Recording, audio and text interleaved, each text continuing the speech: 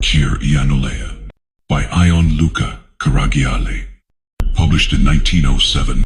It's said that once, about 100 and some odd years ago, Dardaroth, the Emperor of Hell, gave orders for all, the greatest to the smallest, none missing, to gather before him, because he wanted to shorten their tails and lengthen their ears. And when they had all gathered, the Emperor stepped forward with a grimace, gnashing his teeth terribly, coughed until his ribs cracked, glared at them with wide eyes, and shouted, "Accursed ones! Whichever one among you isn't a fool, so nothing gets through his nose and nothing sticks in his head, must have noticed, like I did, that all the humans arriving here from up there complain only and exclusively about their wives. Every blame for their downfall they throw on their spouses. Ask any man why he ended up here. The woman. And again, the woman." Well, I told myself, could this really be true? Naturally, we can't put much trust in men's words. They are known to love truth so little. But still, it doesn't seem right to leave such an odd thing without thorough investigation, since our kingdom's policy demands that we know everything without error or doubt. First, I thought of ordering all the women subjected to fierce torture just to get a fragment of truth from them. But then, upon reflection, I realized that wouldn't get us far either. We know how stubborn and pig-headed they are themselves. So therefore, after much deliberation, I decided to send Agyuta, the little one. What, hasn't Agyuta arrived yet? Where is Agyuta? Agyuta. The little devil is hiding precisely among the smaller devils at the back. And while Dardaroth spoke, he was weighing his tail in his hands. When he heard his name, he dropped the tail and cried out, "I'm here! Your darkness! Then if you're here, why don't you show yourself more clearly? Come forth, you rascal! Are you hiding from your tail? You felt it was going to give you work, and you hid yourself so I wouldn't see your face and remember you, you little imp." And when Agyuta approached the throne, Dardaroth grabbed him by the ears and shook him so hard his joints cracked, out of great affection he had for him, because he was clever and entertaining, and whenever the emperor grew bored with matters of state, he would call him in to tell jokes, make him laugh. "Listen to me, dear Agyuta, right away. You will take from the imperial treasure 100,000 gold coins, brought the other day by the miser, buried by the pettiest rogues of the slums because they began to smell it. Say 100,000 gold coins. Then you'll disguise yourself from head to toe as a mortal human and go down to earth wherever you think most suitable. There, listen well. Keep your tail calm. You will marry and live with your wife for 10 years. Afterward, pretend to die. Leave your body behind there and return to give me a full account of everything you experienced during those 10 years as a married man." Poor Agyuta! He knew why he was hiding among the riffraff. Even though he was a devil and a half, he suspected what awaited him, that he'd probably be given another heavy task. When he heard he'd also have to deal with a woman, he tucked his tail between his legs. He couldn't forget the old hag he had worked for 3 years. She had assigned him the job of straightening a curly strand of hair. Agyuta kept licking and pulling it day and night without rest. The more he licked and pulled, the curlier it became. And so on, until the devil's hairs stood straight up. He abandoned both honor and dignity and ran off from his mistress. "And no," added Dardaroth, 10 years on earth, you will be subject to all the troublous ignorance, poverty, servitude, stupidity, and even anger itself, defending yourself against all evils however you can and however your head tells you. Damn it, my boy. What else could the poor devil say? There was no room for argument. Dardaroth hadn't let go of his ear the whole time he was speaking. Understood, your darkness. And then if you understood, dear boy, why are you still here if you won't let go of my ear? The emperor greatly enjoyed this remark and laughed. Don't curse yourself. And he pinched Agyuta gently on the tip of his nose, and he released his ear, and without smiling anymore, roared furious, "Have you left yet?" Giving him a kick, straight where the spine meets the tail, little devil went rolling all the way to the imperial treasury. He took the 100,000 gold coins, and with one breath set off to fulfill his duty. On the way, he transformed himself into the shape of a man, not too tall, not too short, a fine man in his prime, handsome and charming. And after thinking for a while where exactly to go on earth, he said, You know what? I'll go to Bucharest. I know the city. He had wandered there many times before. It's a place for enjoyment. Money is valuable. Handled wisely, it brings over 100% profit. The old saying goes, if you are poor, go to a rich town. Whatever slips through others' fingers, you can collect enough. If you're rich, go to a poor one. From whatever crumb a needy person brings to their mouth, you can grab half. Thinking thus, as soon as he landed in Bucharest, he headed straight to the middle of town, to Manuxim. There, he immediately called a broker and told him to find him, without delay, a pair of beautiful houses with many rooms for the master, guests, and servants, airy, with a garden and fountain in the courtyard, cellars, such laundry, stables, and sheds. In short, with everything necessary for the decent establishment of a wealthy merchant. Within a few days, the houses were fully furnished, fine large homes in the Negostory neighborhood, and there were servants galore, horses in the stable, carriages in the shed.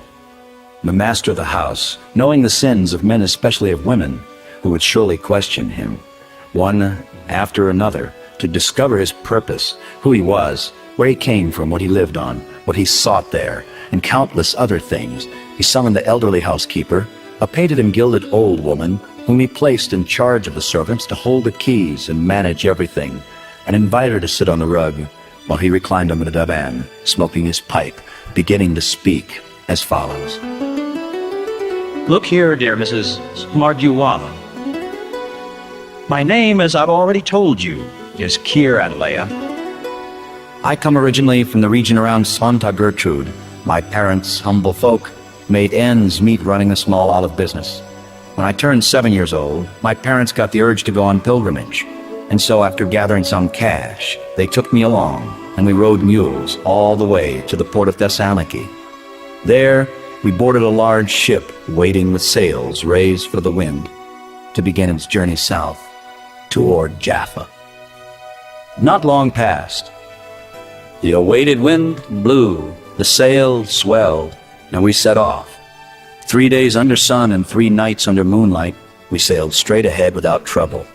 We ate according to fasting rules. Around the 3rd day, we had beans and radishes for lunch. What should happen? About noon, both my parents started holding their stomachs and crying out painfully, "I'm dying." And again, "I'm dying." Seeing them writhing and twisting in death throes, the captain quickly summoned a Catholic monk who had boarded the ship with us, a learned and skilled man familiar with diagnosing illnesses.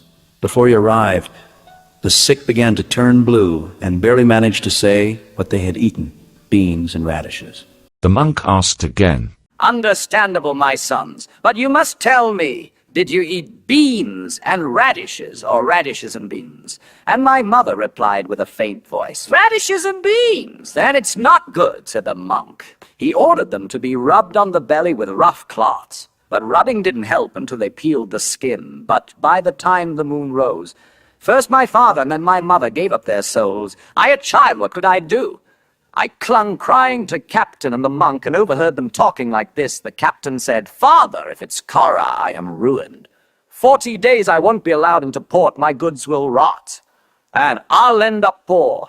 But the learned man answered, It's not Kara as much as I am not a nun. This is a kind of illness common, mainly during Easter fast among Eastern Christians. Men make mistakes. They eat radishes first and then beans. See clearly, the radish pushes its strength upward while the beans surge downward. One pushes, the other resists. A fierce battle ensues in the intestines.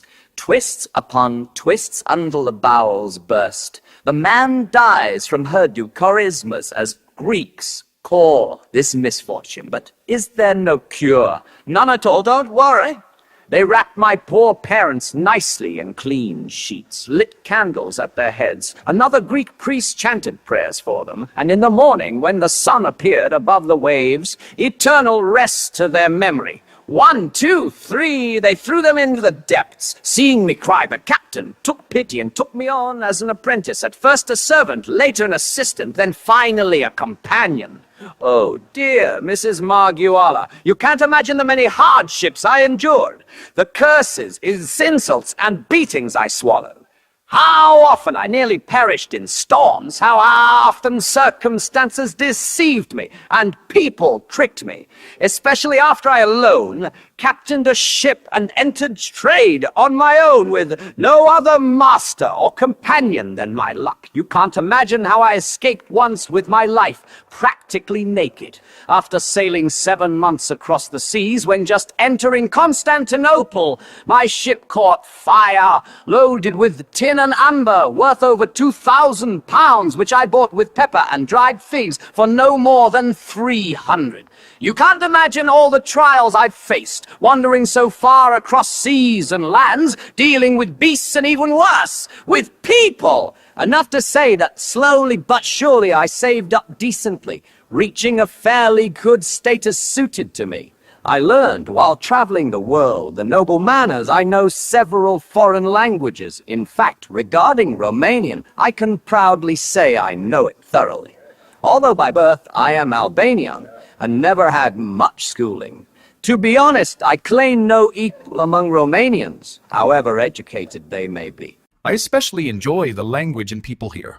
And so, having grown tired of the dangers of travel, the headaches and risks of trade, I came here to settle in Wallachia, in Bucharest, to enjoy in peace the fruits of my long labor. Lord Kir Ianulea, said Mrs. Marguala. You've been through many things indeed, but don't regret it. At least you haven't suffered like so many others in vain. You're handsome, strong, and rich. You know how to live well. Lucky you. And Kir Ianulea added, I almost forgot something. Listen carefully. Dear Mrs. Marguala, don't ever dare tell anyone, even your father, if he returns from the bottom of the sea, what you've heard from me today, because you see, as much as I need your service, knowing you are an honest and faithful woman, as gentle as I am, and as old as you are, don't tempt me. I'll thrash you. I'll break your pipe on your behind and dismiss you disgracefully. do you understand? Goodness me, said old woman. Could I ever? That's not my habit.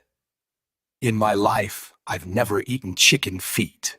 Hey, Kir Ianulea, I've served in big noble houses. How many things I've seen and heard. I don't have time to tell you now, but anyway, that's all I wanted to say to you.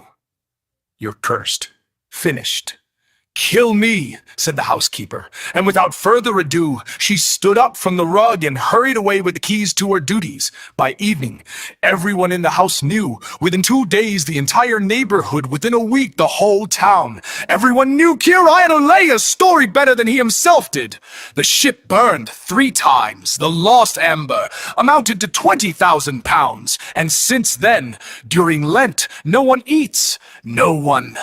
Radishes with beans. Everyone eats beans with radishes.